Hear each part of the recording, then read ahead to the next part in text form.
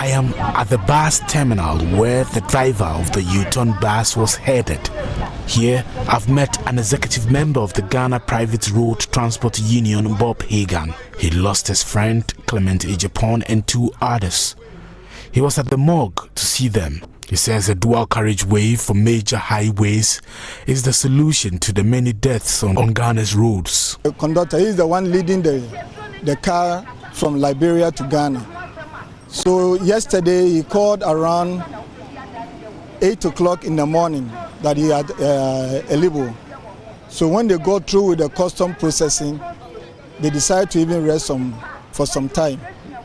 So we are all expecting him latest this morning by even 8 o'clock. That is Clement Japan's body. One leg, one hand, the body has been divided into 2. So it's very painful.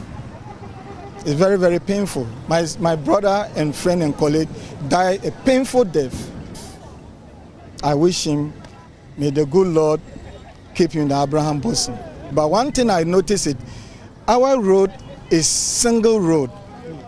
If this road is going to be something double road, I think sometimes the way our bus driver was dodging this tanker driver, because the tanker driver misses his road, he loses control. So our bus driver, that's Musa, was trying to dodge. Behind me is the U-turn bus that was involved in the crash being towed away. Even as it is towed away, some residents and colleagues of the people who died in that crash cannot control their emotions here. One of the people who died in the crash, Clement Ejapon, worked with Babs Transport. Emmanuel Ejapon is the secretary of the company. He says dual carriageways or divided highways save lives. You know, the road should just be, dual carriage. The Accra Cape Coast Road should be made or should be dual carriage. That is all we want for now. That is exactly what we want.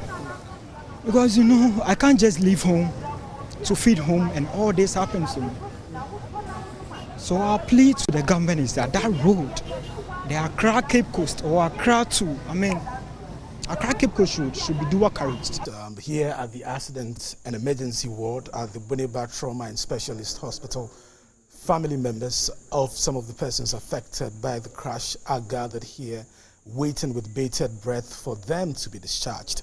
But right here in the waiting area, you can hear occasional screams of pain as the health personnel here treats the victims of some of them, we're told, have a femur fracture, some of them dislocation of their shoulders, some of them they have dislocation of their hips, some of them have deep lacerations, deep cuts on their faces and other parts of their body.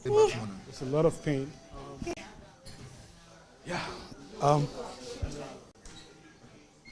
She had agreed to speak to us earlier, but in this state, I don't know if she will still want to talk to us. I really remember because I was sleeping. I only saw myself almost on the corner. But people were just stepping on me. People were stepping on you? Yeah, people stepping on me because I was sleeping. So I told myself, they who are close. But when they come on, man, I know that I was accident. Binta survived the crash. She says she was asleep when it happened. I was sitting 2 seats after the driver. You were sitting 2 seats after the driver? 2 seats after the driver. So I almost fell asleep. I was sleeping. So the bus and the tanker just met face to face. And I just heard the noise. I stand up. When I stand up, I watched. I said, Jesus, accident, I'm dying. So I came down the bus because one of the side of the bus finished. So I came down, I began to shout, come and help us, come and help us. 6 people died at the same spot. About 3 men and 3 women died at the same spot. You saw them? Yeah, I saw them.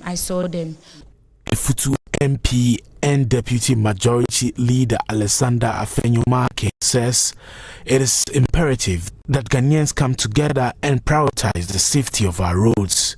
He's urging the relevant authorities to conduct a thorough investigation into the circumstances surrounding the crash.